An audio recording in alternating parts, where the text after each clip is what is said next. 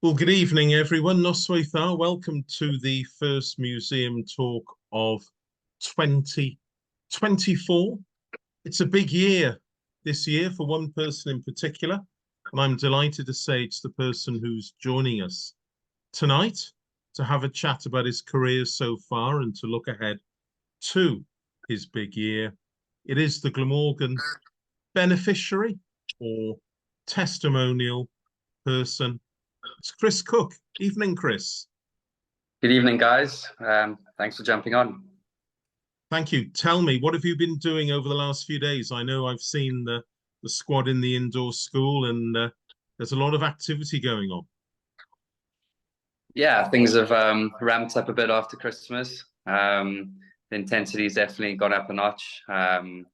The S&C and fitness stuff has taken a bit of a backward step, which is nice, and there's a bit more focus on cricket skills now. And obviously with the announcement of grants, things are starting to get a bit more serious, and everyone's looking forward to March and April. Yeah, I have to say I didn't envy you. I just before Christmas, early December, looking in the indoor school, there you were doing bleep tests and all the rest of it. I was just about to welcome a large group of children into the indoor school, and there you were looking. It must be said a little bit tired, but obviously it's all in a good cause, and now it's focusing then on the actual bat and ball skills. Yeah, 14th pre-season, so they don't get any easier. But it's nice to get that block out the way before Christmas, and yeah, it's not far away now, and everyone's really excited. Absolutely. Now, thank you so much for joining us this evening, and I know we did talk in person in the museum a few years ago, and I think I introduced you then as a man with a very unique record, because in your first 11 innings for Glamorgan, without sparing your blushes, Chris, it was 2011, a T20 match against Middlesex. They had another South African in their lineup called Ryan McLaren, who had a decent track record against South Africa, but for South Africa, I should say. But in your opening over in first team cricket, 3 sixes disappeared. Was that your game plan? No, I wasn't expecting that in my wildest dreams. There was a lot of nervous energy, I think, on the day, if I can remember. Obviously being on debut. But yeah, it couldn't have gone much better, I guess. It seems a long time ago now. But I think looking back now, it took a bit of pressure off me, and we all have doubts about whether you can make it at that level, and to get a few away on debut kind of gave me a bit of confidence for that season, and the season's probably following on from there.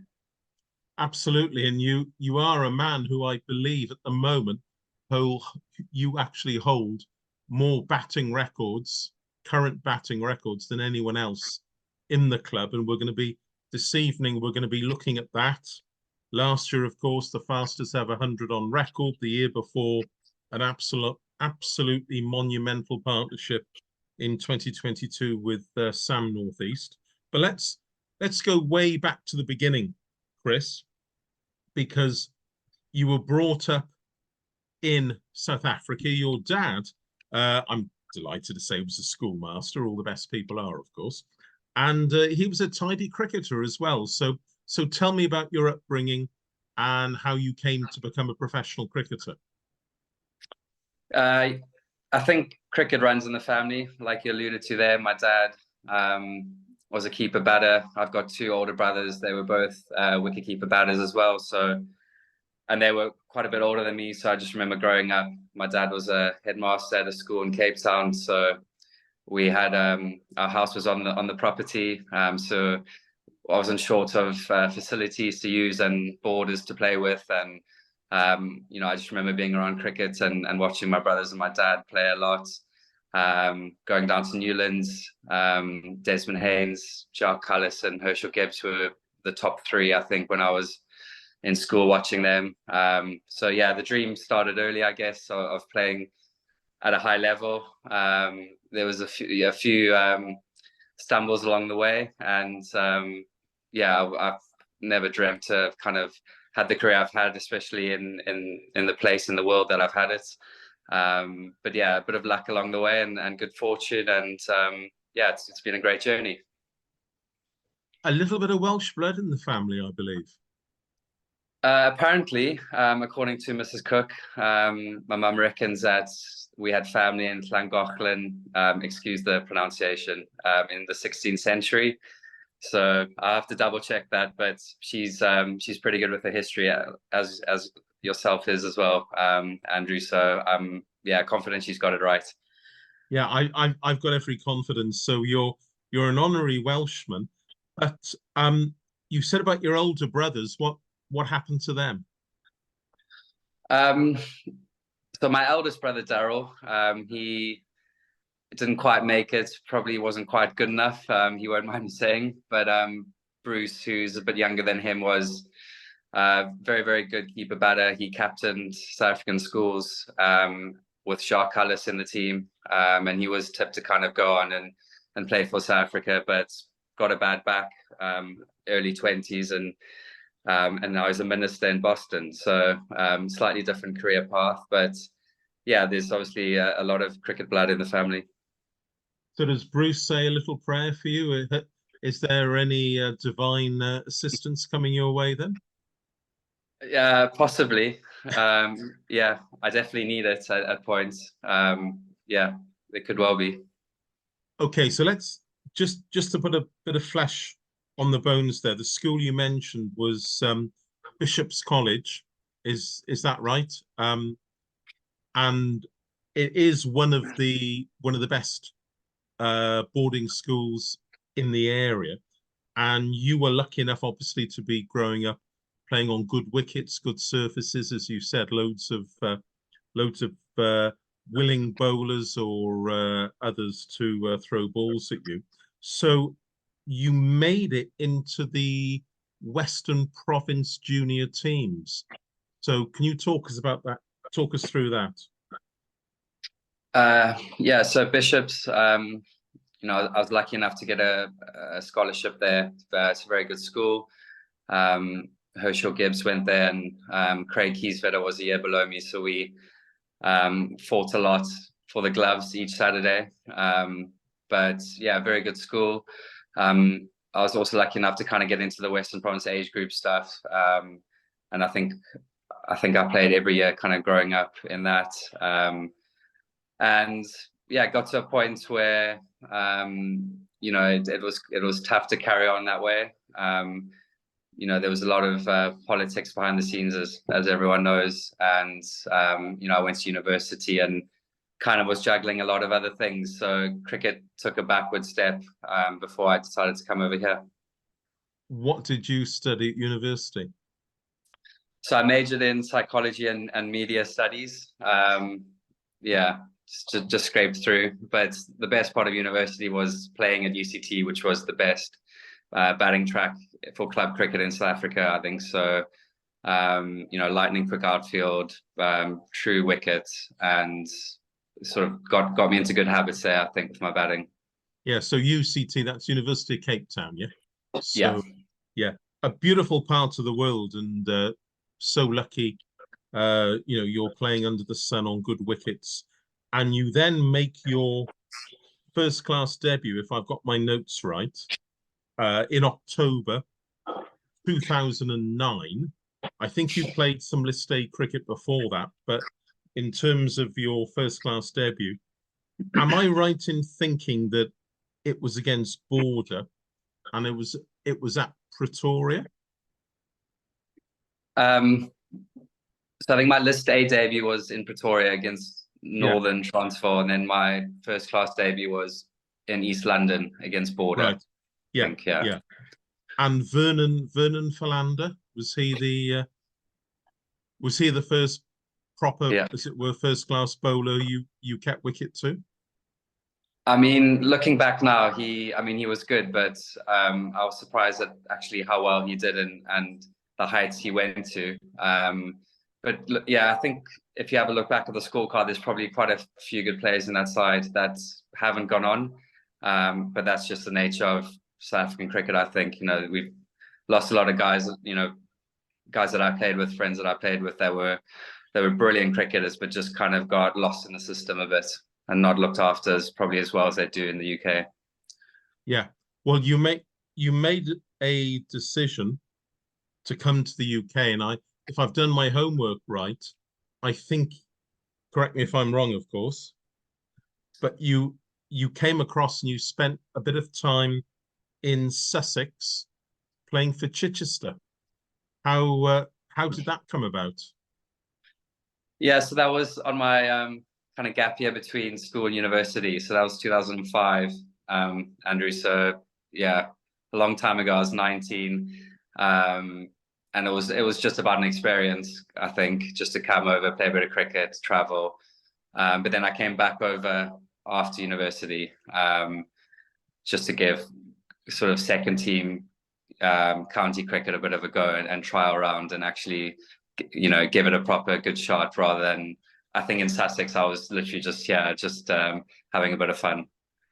Yeah, so if I've got my notes right, when you came back after graduating, am I right in thinking you were in Tamworth in Staffordshire and then down with Bournemouth Sports in Dorset? Yeah, that's right. 2009 in Tamworth. My humble abode for the year was a static caravan on Cow Corner.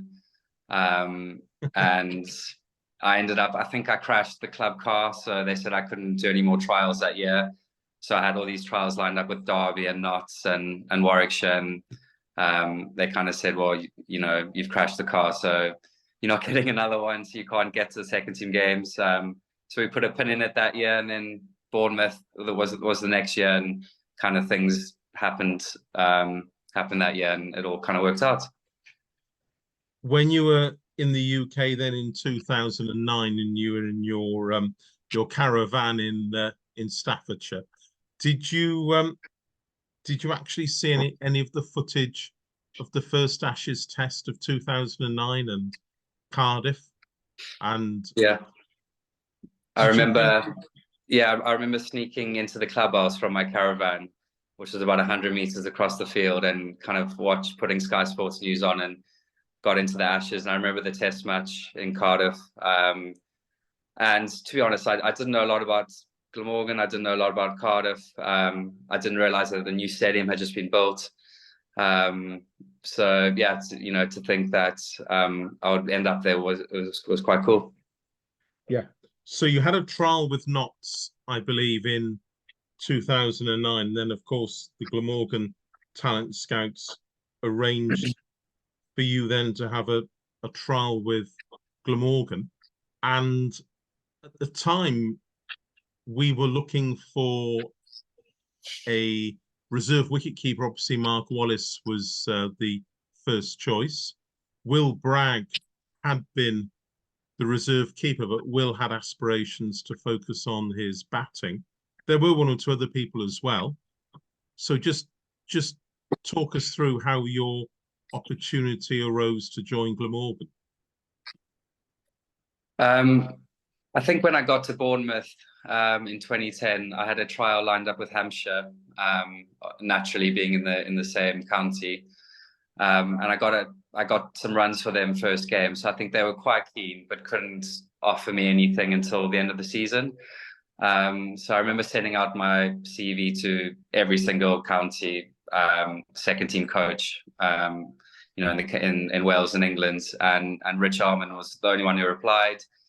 Obviously, being a South African himself, I think he picked up on a few teams that I played for, and Braggy had just got injured, I think, bowling in club cricket. He rolled his ankle bowling his little wobblers. So it was great timing. Rich said, we've got a couple games, come play. We need a keeper in the second team. So yeah, I got on the train from Bournemouth to Cardiff. And the first game was at Usk, I think, against the MCC.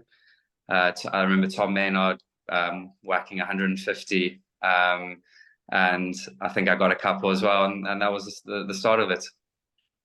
And then, of course, later in 2011 you've agreed terms with Glamorgan, and as we say, out you walk, and after a dot ball from Ryan McLaren, then it's 6-6-6, and it's all go. At the time, Chris, you were regarded very much, I think, then as someone who might be a white ball player rather than someone who might immediately slot in to the red ball team. So, who were the other batters at the time on the Glamorgan staff? Who did you talk to? Who did you get advice from? Um, that's a great question. I think the person who helped me the most was probably Motti, the coach, Matthew Mott, Yeah, um, and also Rich as a second team coach. But I'm trying to think of the batters we had at the time. I think Abari Peterson was there, Jim Allenby, obviously Mark Wallace. Um, there was Marcus North, um, yeah, Gareth Rees, Murray Murray. Goodwin. Yeah, Yeah, yeah. we had a wealth of senior batters. But if I'm honest, I pigeonholed myself as well. I was miles off from playing 4-day cricket at that point. I had a lot to learn, and picking up advice from everyone along the way helped. But I think it was just a case of just trying to figure out my own game, kind of sort of how I went. Well, your your career then in 2012, I can remember it almost as if it was yesterday. There was a list A game against Somerset at Taunton.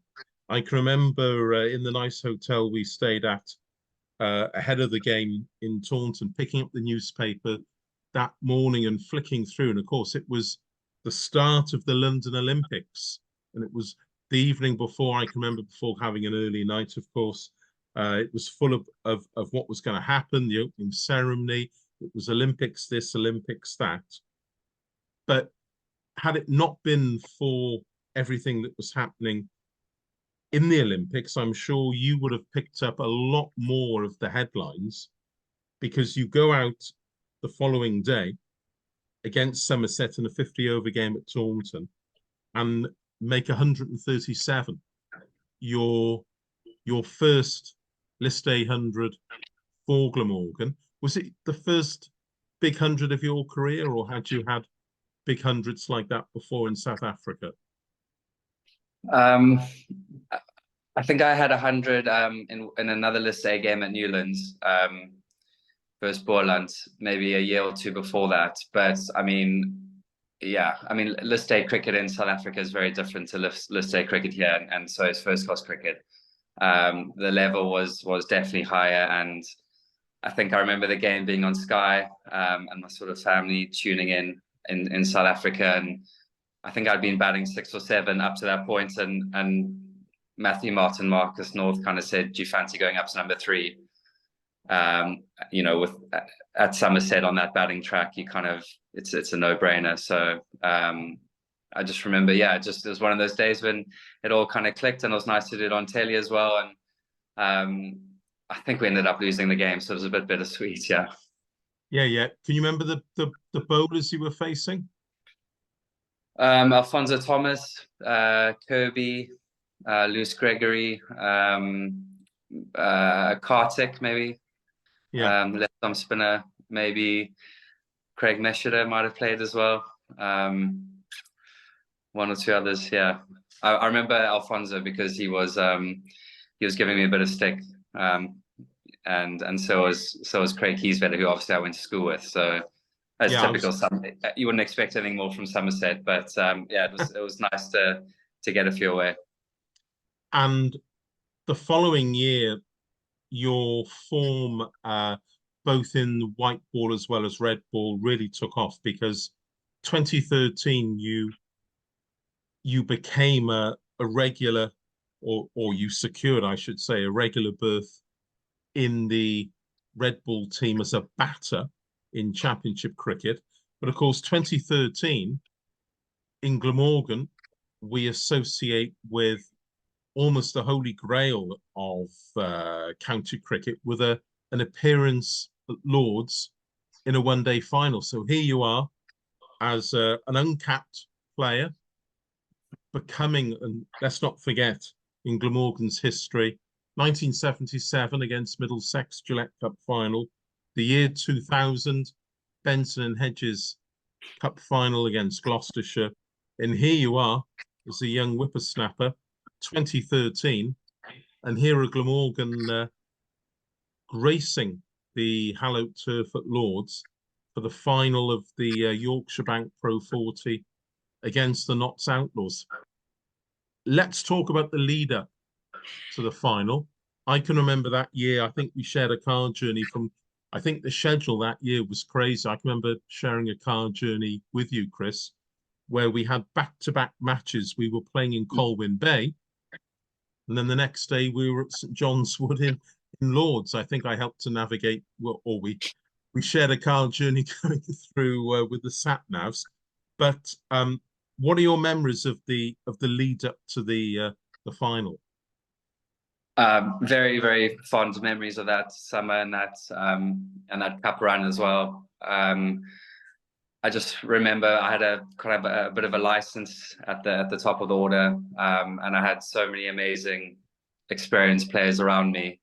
It was just a dream, really. We were playing good cricket. I was enjoying batting at 3, and we had some incredible wins that year. And I think if I look back now, I probably should have appreciated a bit more the Lord's final, because it was only a year or two into my professional career, so I probably didn't appreciate it, and I just thought this was what will happen every couple of years. And obviously, to not have got back there is a real shame. But yeah, I mean, I remember the Welsh singing in the stands, and it was just I know we lost the game, but it was a truly brilliant experience. And probably that cup run was the highlight, I think, of my career so far at Glamorgan.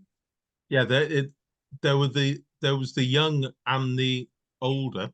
If I take the young, Andrew Salton, his first year having stepped into Robert Croft's shoes, Salt's playing in the final. There was Simon Jones as well. It was the final was Simon's last appearance in a Glamorgan shirt.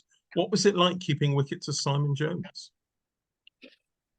I mean, I think I only kept to him maybe in a couple T20s, but yeah, frightening, absolutely frightening. By far the quickest I've kept to or faced, for that matter. Yeah, very unpleasant. But of course, Mark Wallace had the gloves. So, what was your specialist fielding position? I think I was just wherever the captain could kind of hide me best. So deep cover or deep square leg on the boundary was my spot. But because I'd kept my whole life, I loved fielding. I loved the novelty of it, and I still do to an extent. I really do like taking the gloves off every now and again and getting out there and running around. And it was. It was cool to be on the boundary. I think I got chucked in at first slip, the first over. I hadn't fielded first slip the whole year, and then got to the Lord's final, and I found myself at first slip for the first few overs. So yeah, absolutely petrified, but I was happy to get back out on the boundary after that.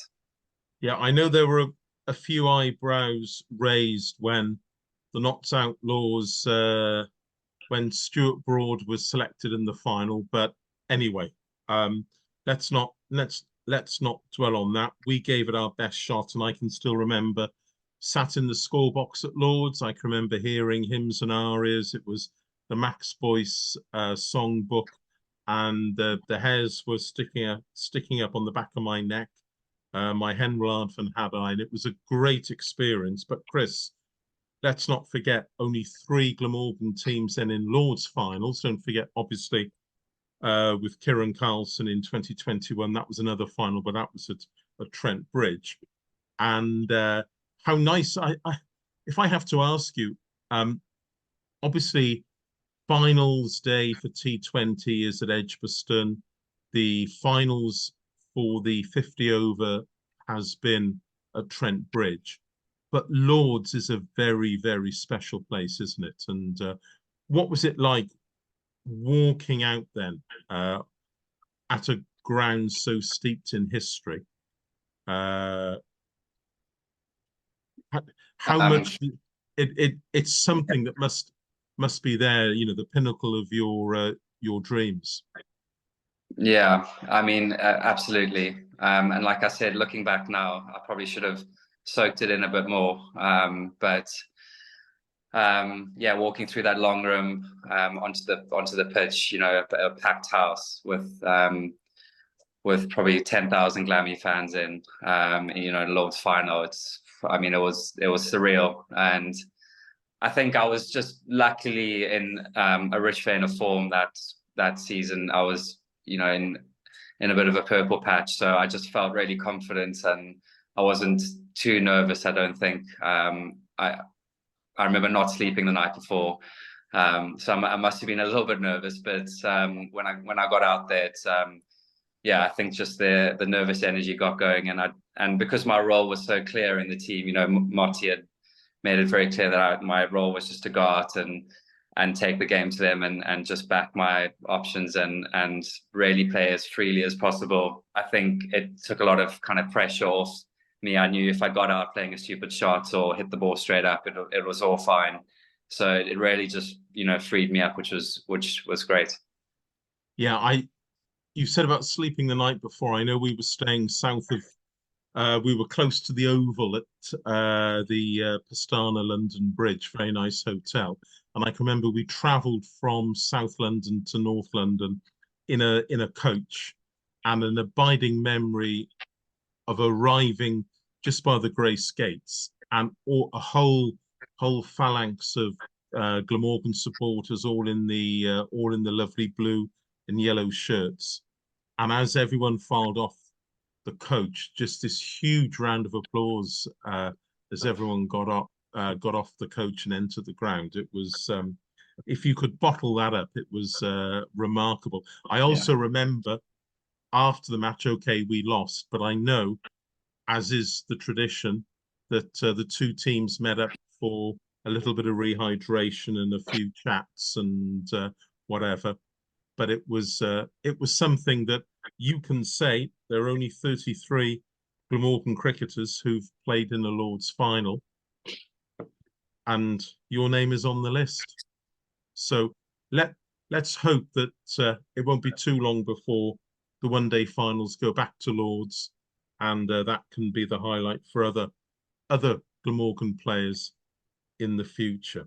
Well, let's just move on, because 2014 was a very important year for you, Chris, because you actually posted your maiden first class 100. I think I'm right in saying it came down in Kent at the ground in Canterbury. Yeah, that's right. So 2013, I think I had a few games at the end of the season, but those were just on the back of my one-day form. I don't think I was ready at all to be playing four-day cricket. And then in 2014, I think I played the first game at the Oval, which we won. And I didn't get any runs. And then Jacques Rudolph came into the side and they had to drop a batter. So fair enough, I was left out for a couple months and then kind of got back in the side.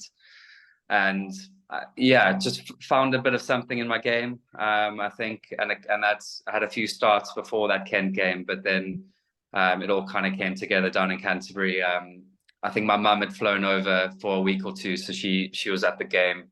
One of the first games she had watched me play, so it was really special to have her there with my first class 100 as well. And I remember at the time we had to buy a round of drinks if you got a personal best. So I just remember thinking that I needed to make it as big as possible, so you know I wouldn't have to buy a round for a while. But yeah, I think I was dropped early maybe in the slips. So need a bit of luck as always, but yeah, special memory.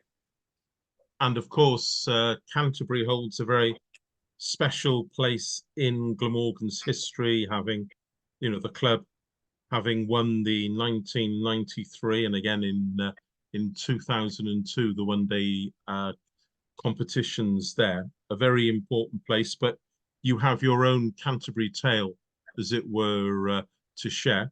And how how important was that innings for you in terms of you're the obviously as a psychology graduate, you know all the you know all about the devils that go on from a mental point of view. But how important was that innings in terms of convincing you that you could make it in red ball cricket? Yeah, hugely important.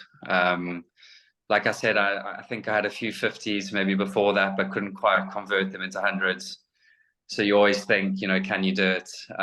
Why aren't I converting them? And then just to get over the line with it, it just gives you belief, and it gives you a kind of a recipe in your head how to do it. And it also just makes you relax, I guess. And just when you not getting those big scores, you're constantly thinking about how you're going to get them. And then once you do it a couple of times, you just end up watching the ball and just knowing that it'll come if you just keep watching the ball.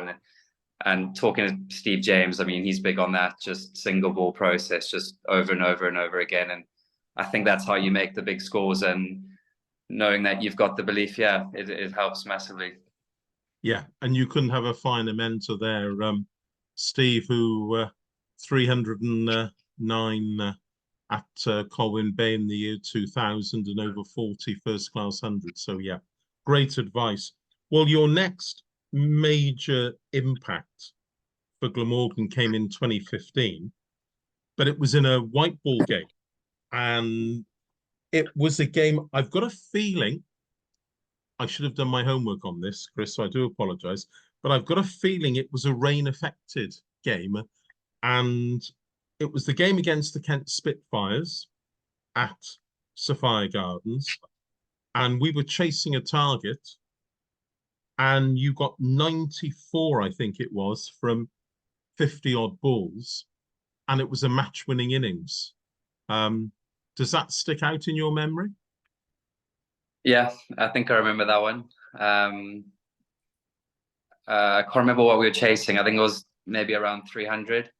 Colin got a very good 100 up top and kind of set a good platform, and then the rain came down, and we lost a few wickets, so it became a bit of a nothing to lose scenario, which mentally is always good. Well, I find those situations quite good where you can just go in and have a full crack, and if it comes off, great. And it was one of those days where it came off.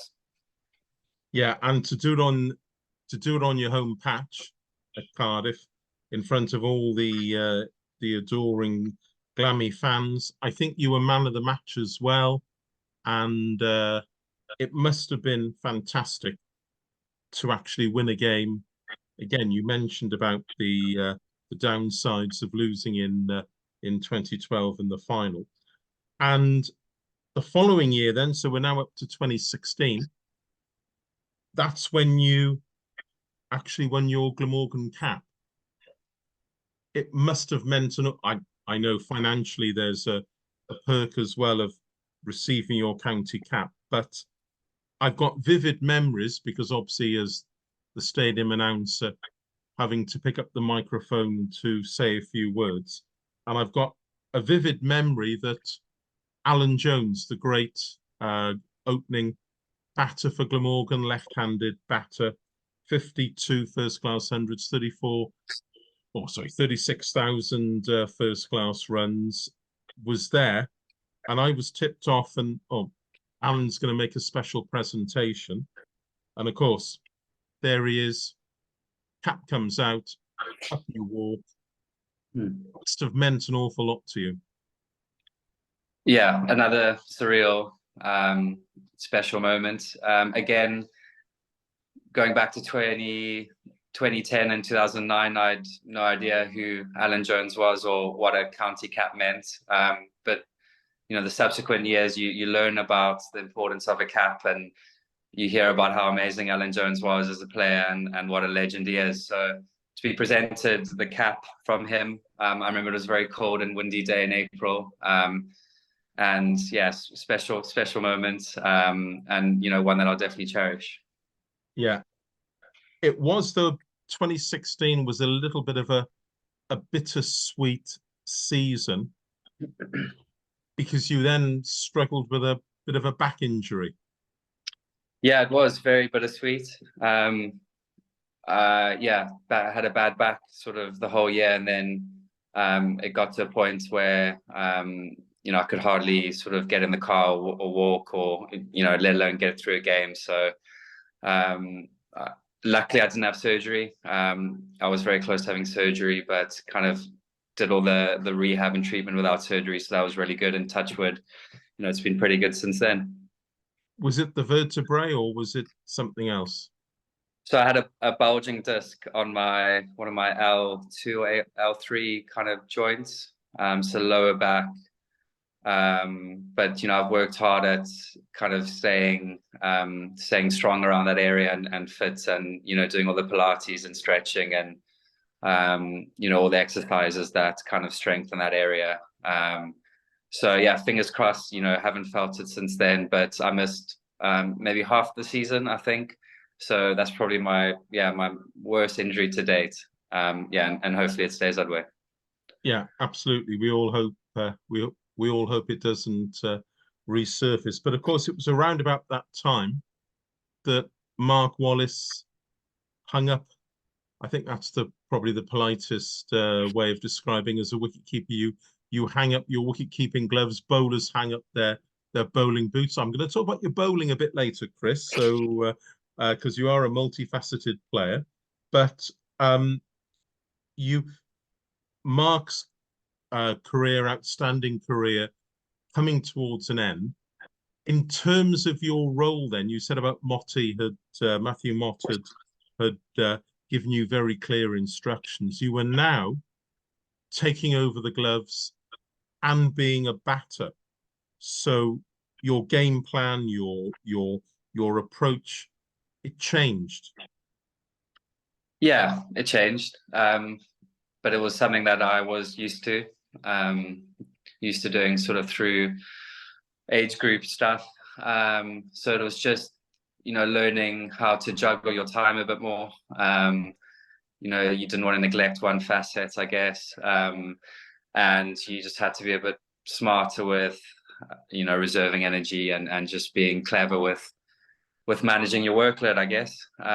But I loved it. I still love it. I love being in the game, and I feel like it does help my batting. I feel like it takes a bit of pressure off my batting, and I feel like it gives me a good read on the pitch as well. So yeah, look, Wally was great to learn from as well. I mean, to play over 200 games in a row as a keeper is, 200 first class games is just incredible. So he was a wonderful person to learn from, and he was always very, very happy to give advice, and still is.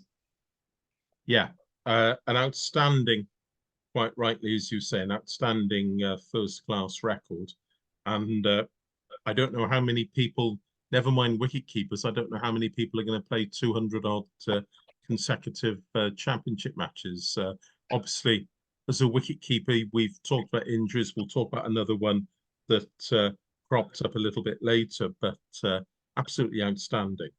Well, 2017, I I would actually say, and I know this might sound strange with all your more recent records, but there was one innings that's really, really, if someone pinned me down and say what were some of the greatest innings, finest innings that I saw Chris Cooke play, there was an innings I would put up there against Hampshire at the Ageas Bowl in 2017. It was a one-day cup game, and I think, if my memory serves me right, we were chasing 330 odd, and Colin Ingram got 100, then got out, and there was still a lot of work to be done. But you came in, absolutely smoked a 24 ball 50. I think Craig Meshter hit a big six towards the end as well. And my abiding memory looking down from the scorebox was that Hampshire actually relaxed. Once they got Colin out, they thought, great, game's in the bag. And you and Craig and the others capitalized on it. and we ended up winning with balls to spare in the final over. Do you remember that game? Yeah, I do remember it. And to win a game for Glamorgan and kind of be there at the end is everything. So to do that on that day was great.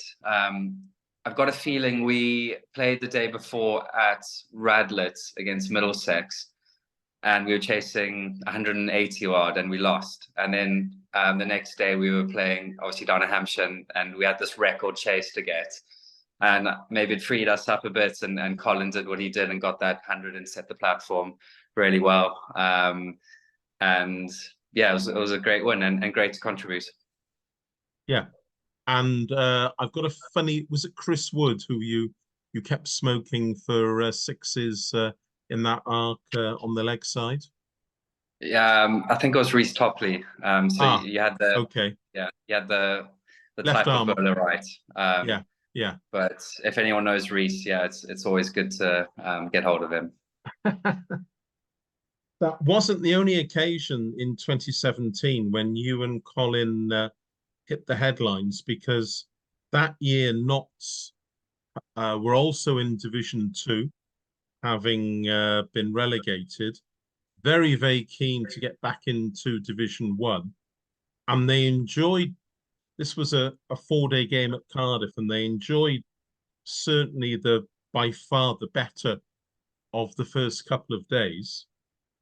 And then you and Colin batted throughout, and Red Bull game, final day. You and Colin batted throughout the final day. I've gotten my notes in front of me.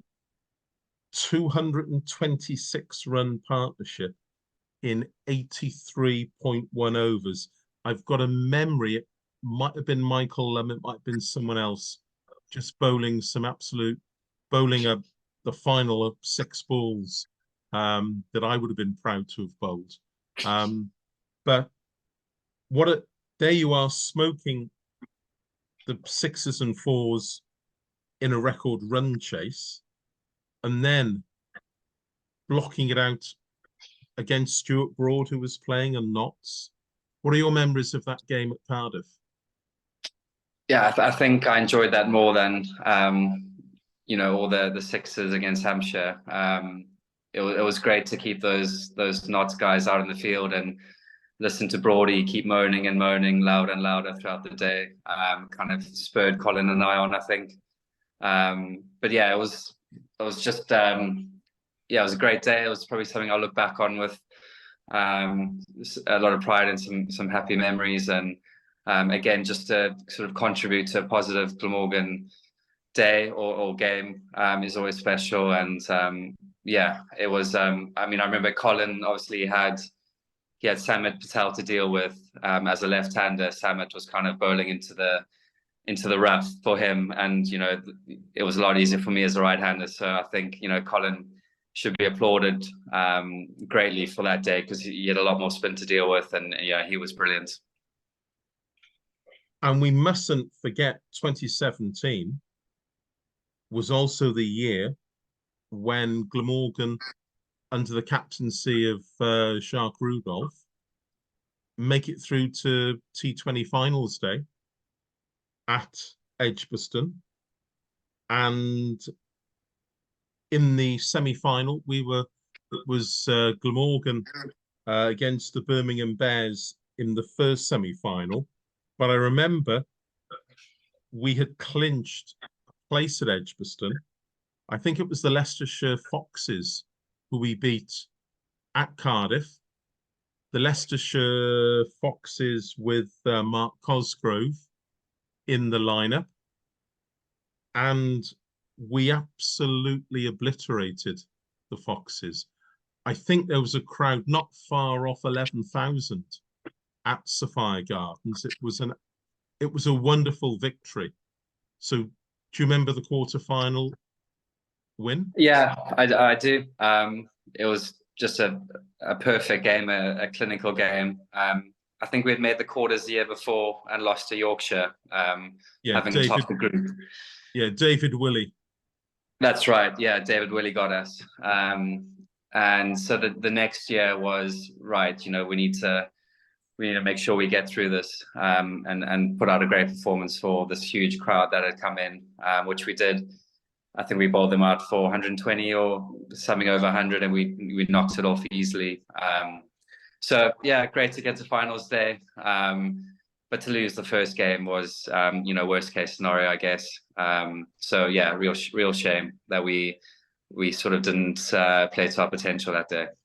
Yeah, there was a very narrow LBW call in the opening over that when Glamorgan were bowling, and then even towards the end, Andrew Salter came in and still kept firing it. And I think he picked out the tallest person at deep long on, and had it been just 2 or 3 feet high, that'd have been another 6. And then with 2 balls or 3 balls to go, it'd have been 4 or 5 to win. And who knows? But to actually get there, I think he galvanized the team really well, and he was a pleasure to work with. So, you know, I think that was a fantastic appointment.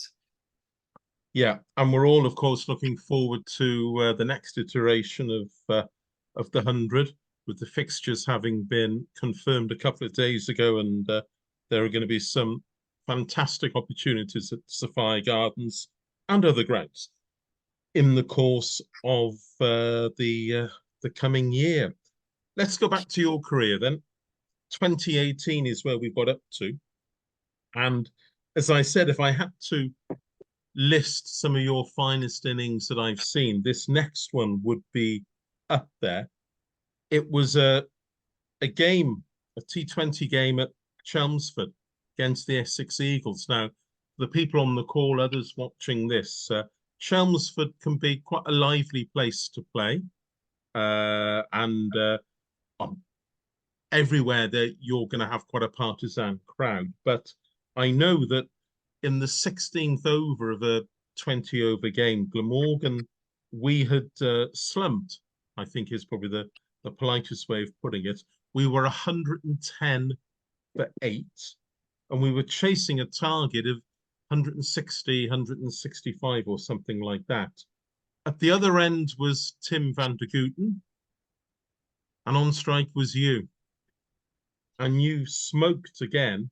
I think it was 60 off 29 balls, and we win in an absolute canter. You remember that match? Yeah, I do remember it.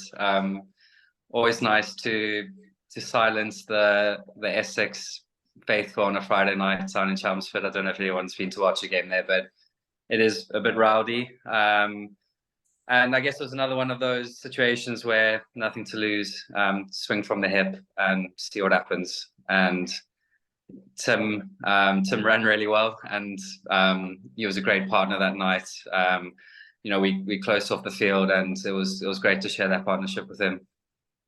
Yeah, and again, just to prove, you know, 110 for 8, everyone thought it was over. Well, the game isn't over until the final wicket is taken or the final ball has been bowled, and it was a fantastic innings. I seem to remember as well that around about the same, I think it was the year before, we'd had another fantastic chase where Craig Mester, I think, had hit a 6 off the last ball. I seem to remember with a shot over deep backward points. So Chelmsford is a ground which has had happy memories for Glamorgan in terms of run chases. In terms of happy grounds for you, I'm going to throw Bristol into that now, Chris, because we're moving forward to 2019. And by this time, you are now a captain, having fulfilled a vice captaincy role. And in April of 2019, there was a one-day cup game again at Bristol, where you and Billy Root, I think you specialise in big partnerships, but this time Billy was your partner.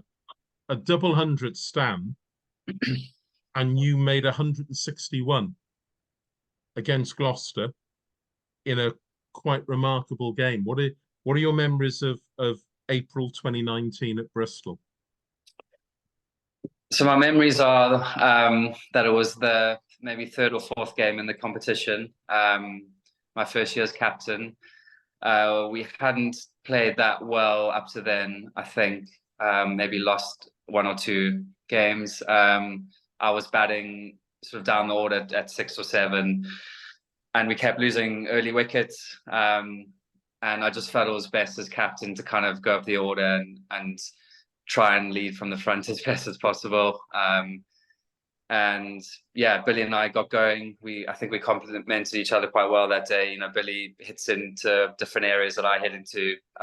He hits different lengths to different parts of the ground, and he's left-handed. So I think it was just a really good partnership. And yeah, we managed to put a good score on the board, and we won the game. So very, very happy memories of that day. But not so happy memories the next time you meet Gloucestershire, because in 2019, the county championship match with our West Country cousins was staged at Spitty Park in Newport. That was because the 2019 preparations for the World Cup were happening at Sophia Gardens.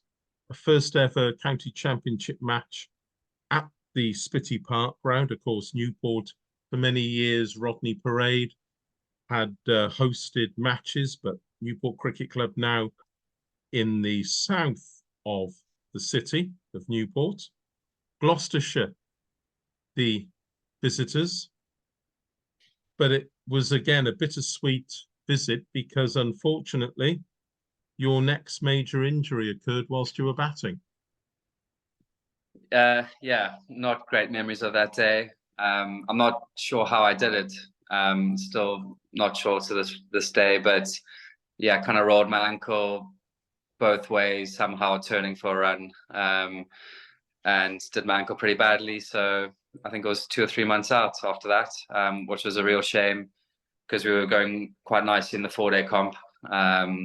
And yeah, but touch wood, nothing since then. Seems okay. So yeah, hopefully no recurrence of that.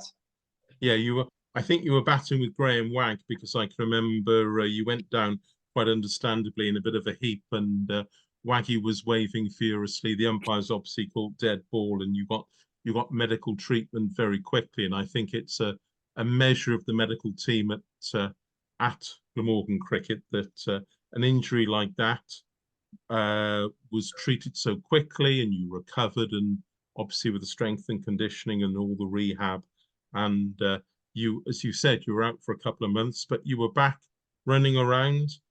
But then, of course, in the wider world, 2020, along comes COVID, and the world changed for a while, playing cricket behind closed doors.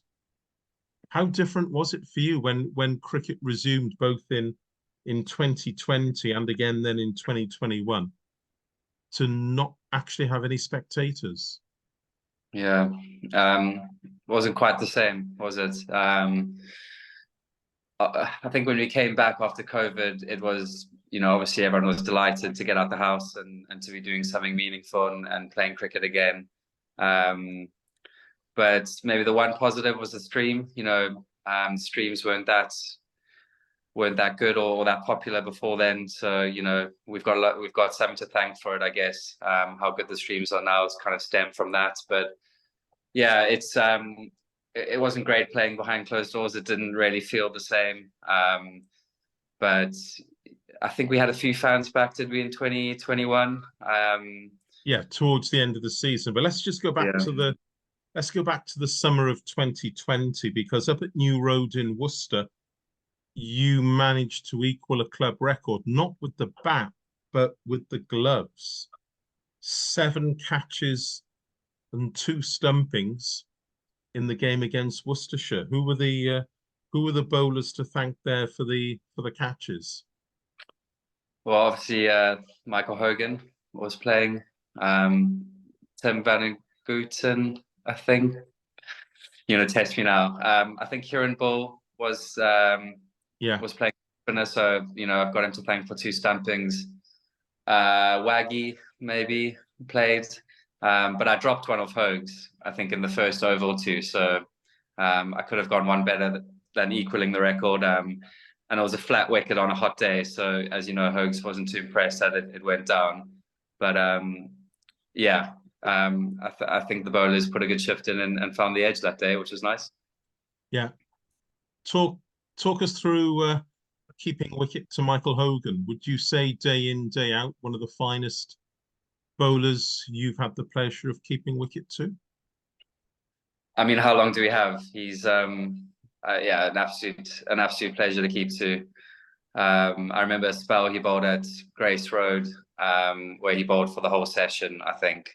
And then he picked up maybe 2 or 3 wickets towards the end of it, but probably went for 5 or 10 runs in an hour and a half.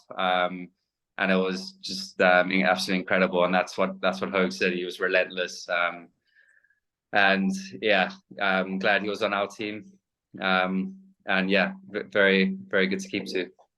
And very off the field, very unassuming, and a great guy, and a great cricket brain as well. And how someone of his caliber, never to play in Test cricket, never to wear a baggy green. Absolutely remarkable, but a great servant for Glamorgan cricket, and as I say, helping you to create just one of your club records, Chris, because we're moving now into another record, because in 2021 you became the first ever Glamorgan wicketkeeper to score a double hundred. It came at the end of the season. You also the first ever Glamorgan wicketkeeper to score a double hundred and also have a bowl, but we're going to talk about your bowling in a minute. But that game at the Oval against Surrey, 205 not out. What did it mean to you to actually notch up a double hundred? Yeah, I mean, it was, I'm not going to lie, it was a pretty good wicket. And it was the end of the season, so maybe a few tired bowlers. And, you know, everyone trying to get the average up for the season. But, I mean, a double hundred, again, wasn't on my radar at all, you know, 5-10 years ago. So it was really special. I had my godson there, watching me play for the first time. So that was quite cool. And yeah, nice to get in the record books again, and something that I'll look back on with a lot of pride. Now, you did actually have a little spell of bowling, and Michael Hogan took over behind the stumps. I've got this vivid image of him in his white floppy with the gloves, and he didn't actually crouch as you would, and he was probably the tallest person ever to keep wicket for Glamorgan, but don't get me started on that. That might be another winter job. How would you describe your bowling, Chris? How would I just I just remember Ricky Clark coming out to bat, and we gave him a guard of honor. You know, he's playing his last game, and he had to face me running in to bowl him. You know, in his last ever game of cricket. So, no, I felt for Ricky there, and I would have felt even worse if I'd got him out somehow. But my bowling, I'd say there's actually a bit of potential. You know, I think if I can work on a few things in the winter, you never know where it could go. But no, if I can finish with the wickets before my days are done in the scorebook, that'll be really that'll be huge. Yeah, I'll if it happens at Cardiff, I'll look forward to announcing it. But right arm medium, or was it? I've seen you bowl a couple of times. I'm still not quite sure. I was chatting recently to Harriet Monkhouse, who's one of the associate editors of Wisden, who did ask me, well, what is Chris's bowling style? Is it medium? Does he try to spin it? Can you enlighten me, please? I'll say it's medium slow. My stock ball is probably an in swinger, and then if I can work on the other one going away, you know, then I could have something to play with. Right. Okay. So right arm, medium, slow. Right. Yeah, that's about it. Yeah. Okay. Awful. Absolutely terrible. Well, Chris, it will be an absolute pleasure if you do manage um, to snare someone with your bowling. And let's be more serious though, because in 2022, probably if you again had to pin me down, Chris, and say what's the finest game of cricket I've seen Glamorgan play, and I've seen Glamorgan since the 1970s, so I do go back a few years, Chris. But 2022, Grace Road against Leicestershire, a remarkable, remarkable game. Leicester go and make 584, and I know that there were some people thinking, wow, Leicester are going to win this game. I think if I've done my homework right, you arrived at the crease when we were something like 330 odd for five. Nothing else, no other wickets fell because Sam Northeast was batting at the other end, absolutely outstanding. And you and Sam added 461 for the sixth wicket. To spare your blushes, you made 191, not out. Sam, at the time of the declaration, 410 not out. It it was an outstanding partnership, but what made it even more special, Chris, was Glamorgan declared and then bowled Leicestershire out.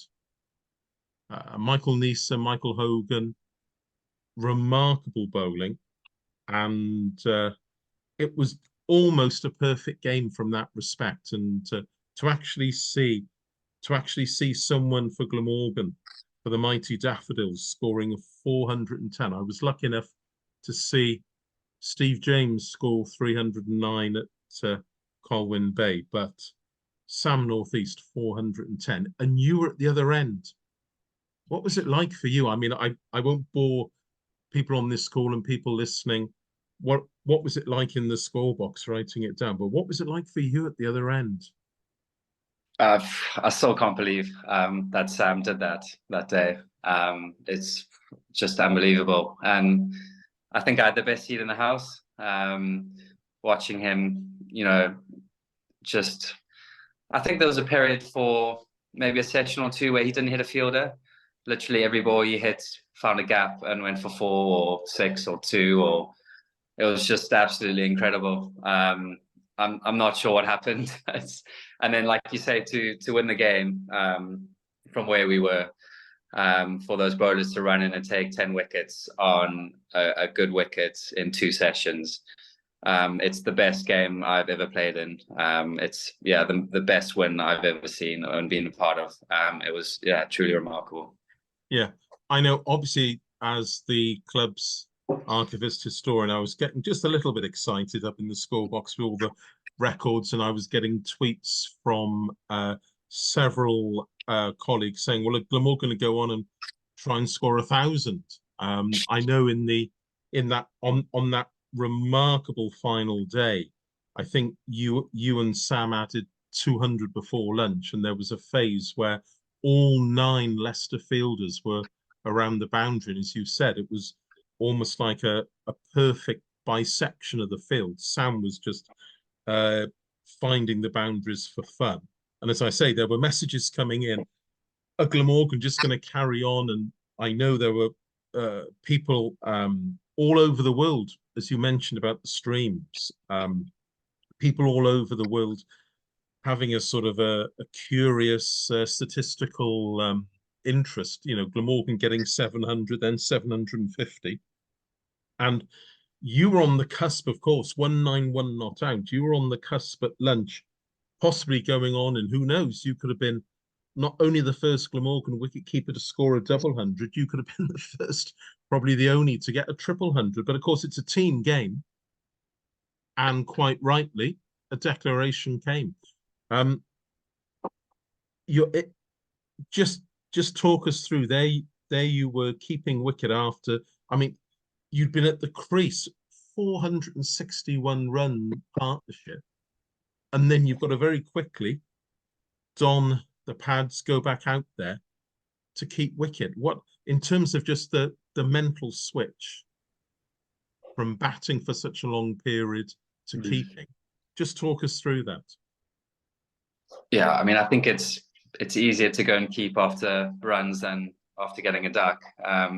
You're always in a better mental space, albeit a tired space, but you are seeing the ball quite well and your eyes in, I guess. But look, it was 2 sessions. We were pushing for promotion. You know, we were right in the mix. If it had been the last game of the season, we would have carried on batting probably.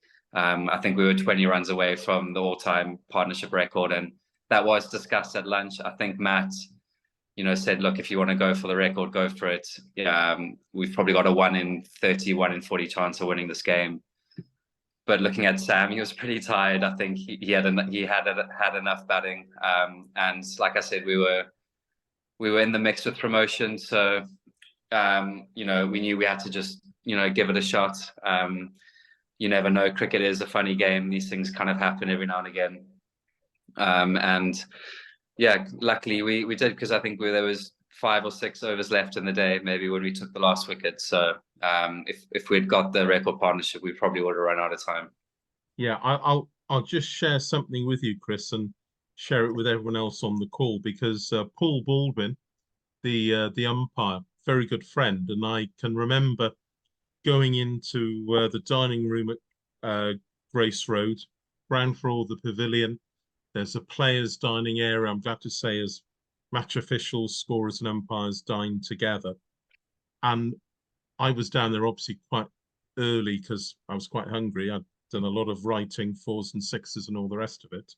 And Paul came in and he said, Higgers, he said, you're going to win this game. And I said, what? I said, it's the final day, Paul. He said, yeah, but if you pull in now, Glamorgan are going to win this game.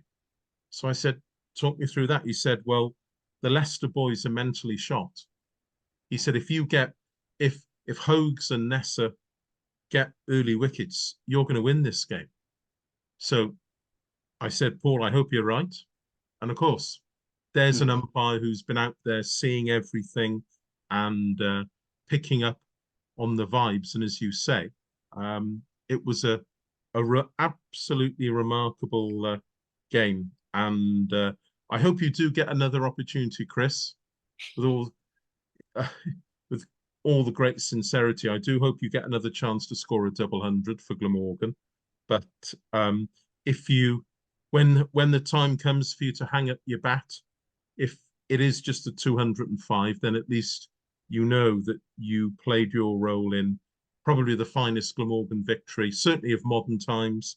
I know the county championship when you mentioned Matt Maynard, the game in 1997 at Taunton, where Matt probably played the finest innings of modern times in gloomy light with Hugh Morris at the other end. That would be the only other win. I know after the game, Edward Bevan, Nick Webb, others were asking me what other game would be up there with the victory against Leicester, and I'd have to say Somerset at Taunton was the only one, but completely different context and an outstanding game.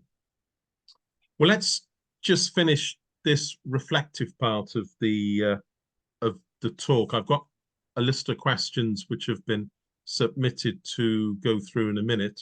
But Chris, let's just go back to last summer.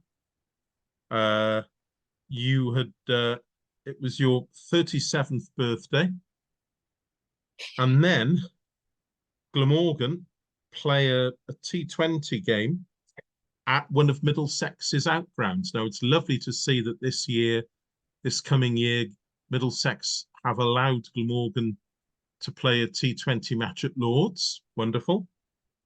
We've played at Richmond, the home of London Welsh at Old Deer Park. We played at Radlett, beautiful ground in Hertfordshire, tree-lined. But last year, the first ever venture to Merchant Taylors School in Northwood, a very quaint, very individual pavilion covered in all sorts of shrubbery. And, well, a match that has a very special place in your memories because you became the third Glamorgan batter after Colin Ingram and after Jacques Rudolph to actually score 100 in all formats. So first class, List A, and T20 cricket. But also, it wasn't just any old 100. It was the fastest ever 38 balls. The previous best was 46 by Colin Ingram against Sussex at Arundel, another nice ground. But just talk us through your memories. They must be quite clear in your memory of last summer, Chris, against Middlesex at Merchant Taylors. Yeah, I'm obviously happy that we're playing our first T20 at Lords this year, but a bit disappointed we're not going back to Merchant Taylors, I must be honest. It's obviously not the biggest ground. But yeah, a T20 was never on my radar at all. I think my highest score up to then was maybe a 60 or 70. So, you know, where I bat in the order, it's always quite unlikely to get 100. So it was never in my thinking at all. So I think you could probably see that when I get there, it's just complete shock and jubilation. And it was great to bat with Colin. You know, he probably deserved 100 as well. I think he got 92 or 94. But to put on that partnership with him was special. Again, we complemented each other quite well. He probably being a right-hander and a left-hander and hitting the balls to different parts of the ground always helps sort of unsettle the bowlers. But yeah, really special. You know, really chuffed to get a T20 100 and to win the game. At one point, it was looking like, you know, we could lose it. Middlesex were also flying, but the bowlers managed to get some wickets and pull it back. So yeah, like I said, disappointed we're not going back there this year. That would have been nice.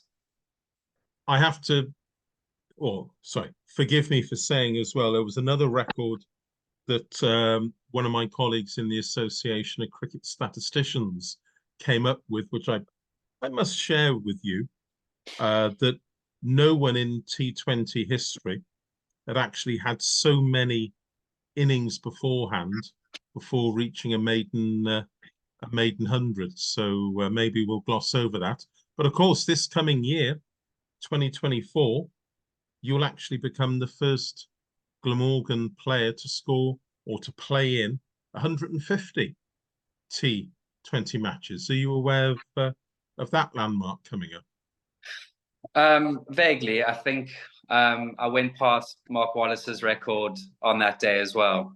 Yeah. At Taylor, so it was the game that kind of made me the leading appearance maker for Glamorgan. So I guess it was meant to be a little bit, but to play 150 games would be amazing, and to think back to that debut in 2011, you know, it's been a great journey and one that I'm so grateful for, really.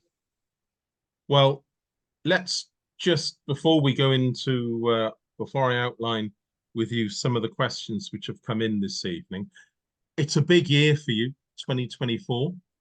Not only the testimonial, but we'll come on to that in a minute, but a big year for Glamorgan with a new head coach in Grant Bradburn. Talk me through that, Chris. Yeah, so obviously Grant, as everyone knows, he's been appointed. If I'm honest, I don't know a huge amount about Grant. I don't know him personally, so I had to do a bit of research on him.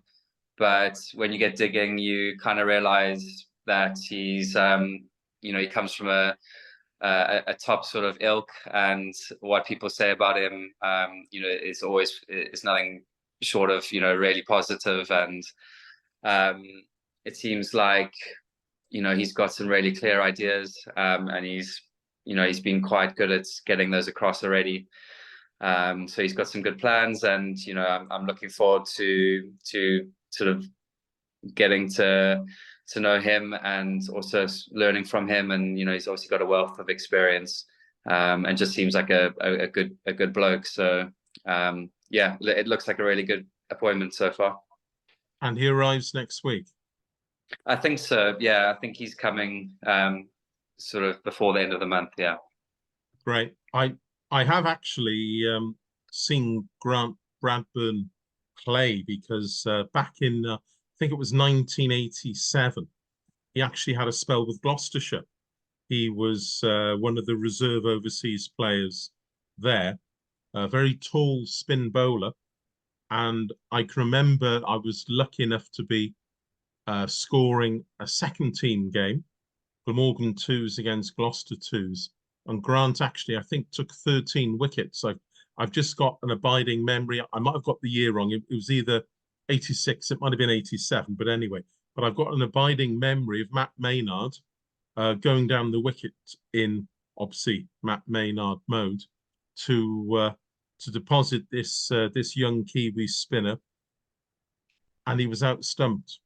And I think Grant in the second innings did the same. 13 wickets, I think it was, in the game. So not only an outstanding coach, but a great record, having played in international cricket as well for New Zealand. Let's talk about your own goals on the field, Chris. So your own personal playing goals for 2024 are? I'm not a massive one on goals, I must be honest. But I'd love to lift a trophy. I mean, that is my ultimate goal and my sort of main motivation for this year. I would really, I'd really love to get some silverware back to Wales. And yeah, I'll be working my socks off and kind of aligning that with the team direction. But yeah, everything I do this year will just be working towards that. If we can get promotion or win a one-day trophy, that'll be amazing. Fantastic. And it's going to be a busy year for you because, as we mentioned at the start, it's your testimonial year and your first event coming up very shortly at Lord's. Yeah, busy year on and off the field. It's great to have been awarded a testimonial year. Huge honor and a privilege. And starting off with the Lord's Long Run, the day before Wales England Six Nations game at Twickenham. So should be a good weekend and a big weekend, and yeah, hopefully a successful one, not just for myself and the charities, but also for Wales. And you'll be supporting the men in red at Twickenham, will you? That's a silly question. Of course you will. Of course. Yeah. What happens when Wales play South Africa in rugby, though, Chris? That's a bit different. It's a draw, Yeah. is it? Yeah. It's a bit frosty in the household when that happens. But yeah, always South Africa first, Wales second. Sorry. Yeah. Of course, you say a bit frosty in the home because your wife, a Welsh netball international, is that right? She is, yeah. 40 odd caps for Wales netball. So she's a passionate Welsh Swansea girl. So yeah, I'm trying to get the children convinced that South Africa is the right way to go when it comes to rugby. But yeah, there's when it comes to her, she's pretty strong on her Welsh roots. And your two girls, 6 and 4, are they showing any of their father's sporting prowess, or are they showing the prowess from their mother, or is it too early to say? Yeah, neither at the moment, unfortunately. But they both signed up to All Stars cricket. So looking forward this summer, try and get that ball rolling a bit. Great. And of course, they're 4 and 6, which of course you deal with the bat in hand. And of course, on your shirt, your Glamorgan number 46. So it's got a special meaning, that, hasn't it? Yeah, absolutely. So let's just talk about your or life after your testimonial year, because you're a mere spring chicken at well, you will be this summer at 38. What are your plans for your your next few years with Glamorgan? Um, Obviously, I'm in the autumn slash winter of the career, so I'm looking ahead to life after cricket, definitely. But I generally feel that I'm still enjoying the game. I'm still passionate about playing and winning games, and I feel my fitness is pretty good, and my eyes haven't gone just yet. So I'd still want to keep playing as long as I can, and as long as I'm contributing to the team and still performing, then I don't see any reason not to play. But yeah, life after cricket is coming. There are a few irons in the fire now, and hopefully this testimonial year will be a good year to kind of meet a lot of people from inside the sport and outside the sport, and kind of learn different skills. So I guess that's one upside of the testimonial year as well. Yeah, and if you carry on, you're almost like a very good wine, probably from somewhere near Stellenbosch or something, that you're getting better and better with age. And after last year, that brilliant T20 100, who knows what lies ahead for you in 2024, and of course in 2025 and beyond. Now we've got some questions just to finish off with. I've got quite a technical one that's come in from Paul, and forgive me for getting technical, Chris, but Paul has asked, I don't know whether he's watched, whether he's been very, very focused on you when you come into bat, but he thinks that you possibly have a different guard when you're getting ready then obviously to face the first ball. He thinks, and he's asked me to ask you, Paul has said, can you confirm that Chris will have a different guard for T20 cricket compared with the county championship? Mm. Is that right? Yeah, that's quite observant. I wouldn't say it's a different guard. I mean, I bat on two leg, which is the mark between leg and middle stump for both formats. But I guess it's more to do with my left foot and how open that is, and also the weight distribution. So in 4-day cricket, I'll try and limit my movements as much as possible. So I'm still on two leg, but my trigger isn't as big, and my sort of transfer of weight, my load up onto my back foot isn't as big as it would be in a T20 game when you're loading up on your back leg to kind of push your weight forward. And also being a bit more open with your left leg does allow you to access the ground a bit more. But obviously in 4-day cricket, when the ball's nipping around, you want to keep maybe a little bit more side on, and also not as much weight transfer just when it is swinging and moving a bit. So yeah, I would say my guard's the same, but how open I am and my weight distribution is probably a lot different in the formats. Great. Well, that's answered perfectly that question. So well done. Yeah, Paul, I hope Yeah, that answers it a little. yeah. And a great observation from Paul. Now, Duncan has asked, who is the fastest bowler you have kept wicket to? I think I alluded to it earlier. Simon Jones was head and shoulders ahead of anyone. Dale Steyn was quick. Sean Tate was quick. Who else have we had? I suppose in the 100, I had to keep to Harris Ralph as well at the Oval was lightning as well. But yeah, Simon Jones was a heavy ball, a very quick ball, and yeah, not that pleasant. Yeah, but you had gloves on. I had gloves on, yeah, thankfully. Yeah. Now, Howell has asked, who is the hardest bowler? Please note, it's not quickest, but hardest bowler. Howell has asked, who is the hardest bowler you've had to face whilst batting? Darren Stevens. Okay, Steve-O. Steve. So Yeah. Why was he the hardest? Um, just how slow he was, how much swing he got, how accurate he was.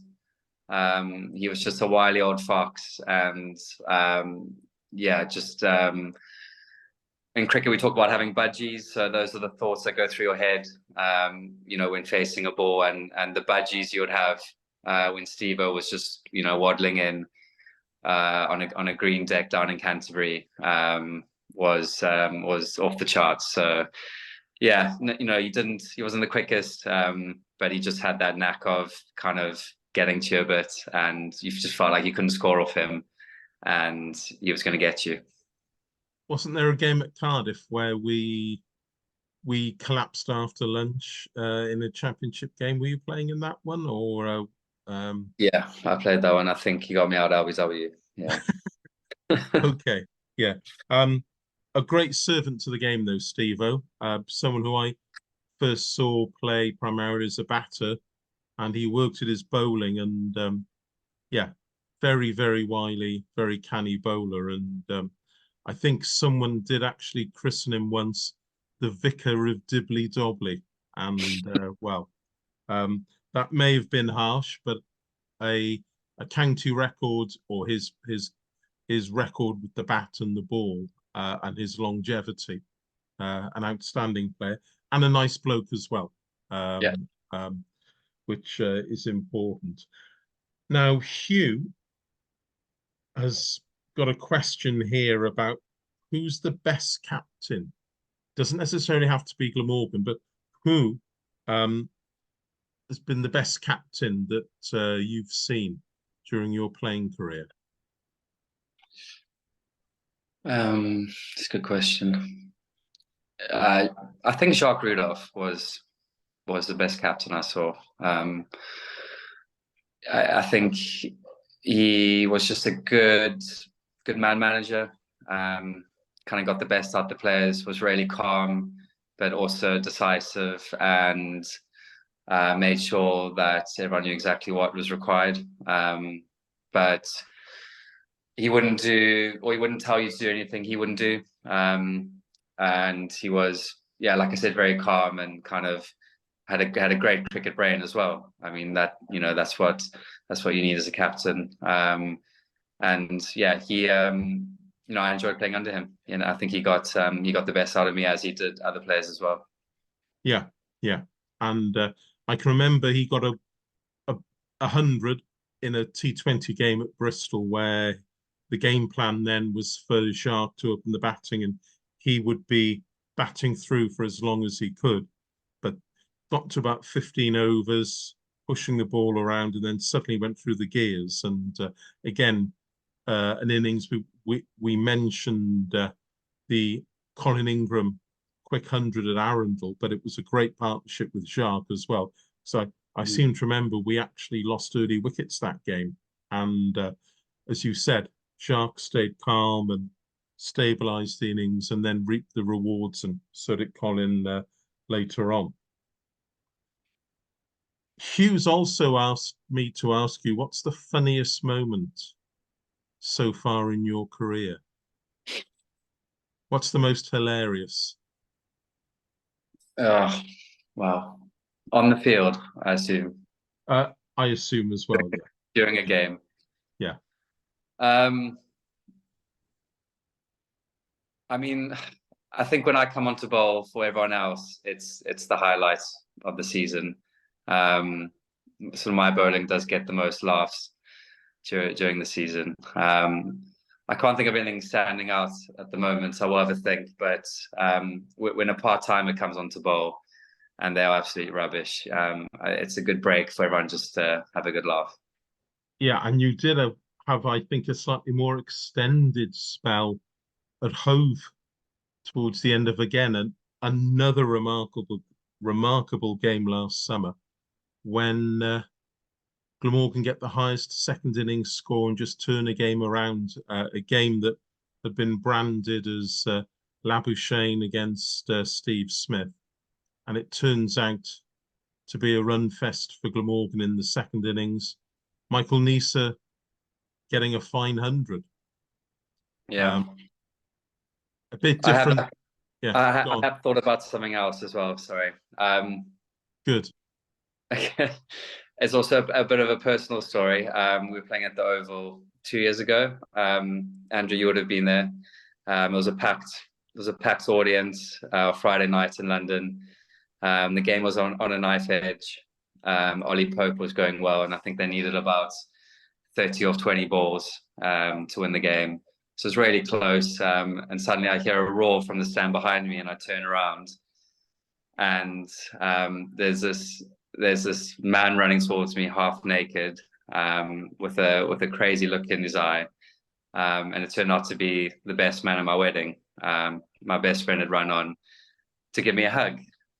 He had had a bet with one of his friends who works in London. They'll give him £1,000 to run on and give me a hug half naked. So yeah, that was a bit of an interesting one. He managed to talk his way out of the fine and got away with it and got the money as well. Okay.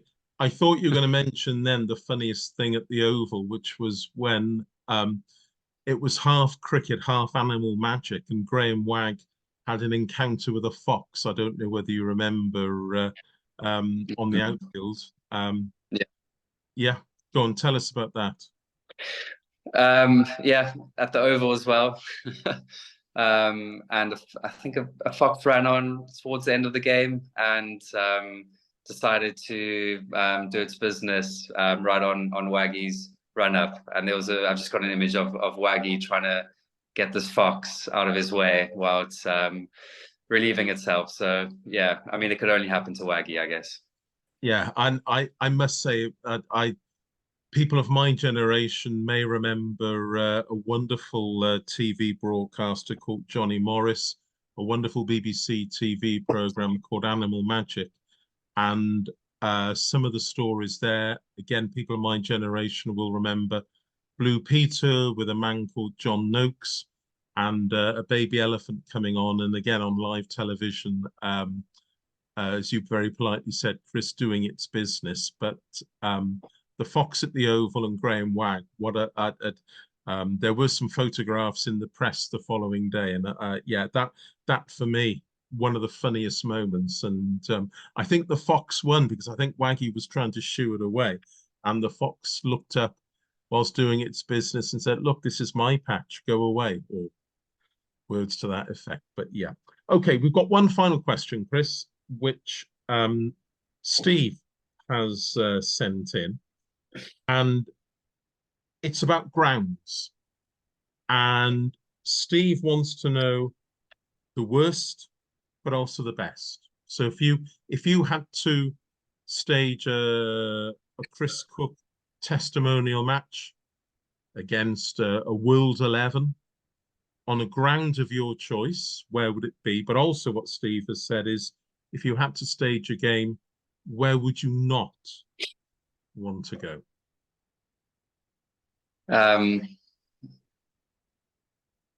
I think Newlands for me is always special. Just growing up there, and I'm not sure if anyone's been there, but it is a special ground, and I've got a lot of memories growing up there. And in terms of the UK, I've always got a soft spot for the Oval. So I guess that those would be the two ones I'd have to choose between, whether it was here or in South Africa. And then, I mean, the worst ground is Northampton for me. I never get runs there. It's always cold. It's always grey. So yeah, I'll try and stay away from Northants. Well, maybe that's the place this year coming up. I know we are due to play. I think it's a white ball game there later in the season. So we've also got Championship cricket as well. So maybe Chris, in your testimonial year, you can lay that particular monkey to rest. Well, it's been a wonderful evening, Chris. Thank you on behalf of everyone who's logged in tonight and everyone else who's watching the recording of this. Thank you for your honesty. Thank you as well for the humour, because we've seen that aplenty this evening. We obviously wish you all the very best with your testimonial year. If anyone if anyone needs to find out information, Chris, here you are. This is the chance to plug your testimonial website or contact details. How do people help you? Yeah, so we've got a website up and running. It's chriscooketestimonial.co.uk, and there should be all the information on there about events and how to get in touch with us. We've got an email address. You can just email. We still have a few spots available for Lords. So there are a few single tickets available. So if anyone is interested in that, yeah, please just go on the website and drop us an email, and we'll get back to you. And I know it's tough economic times, so I do appreciate all the support, and I'm grateful for it. And in time-honored fashion, will there be a nice little brochure coming out? Yep, the brochure is all done. The finished product went in today to the printers, so that's all wrapped up. So hopefully that'll be ready for the opening dinner in 2 weeks, and that'll be distributed as well through the club shop and in reception at the ground. So yeah, it's come together really nicely. Took a lot of work, chasing cricketers for articles and other people, and editing illiterate cricketers as well. But Mike Fatkin has helped me on that tremendously. So that's actually all tied up, which is great. And will there be a tie or scarves, or will there be any clothing? Yeah, so there's ties, yellow polka dot ties. Thought I'd go a bit against the grain. There's going to be some nice blankets, testimonial blankets for those cold winter nights. There's caps and polos as well as the brochure, and that'll be in the club shop. So as soon as that's in there, it'll be on social media and on the website. So yeah, if you don't follow us on social media as well, we've got pages up. Great. Well, it's going to be a bumper year, I think, for you.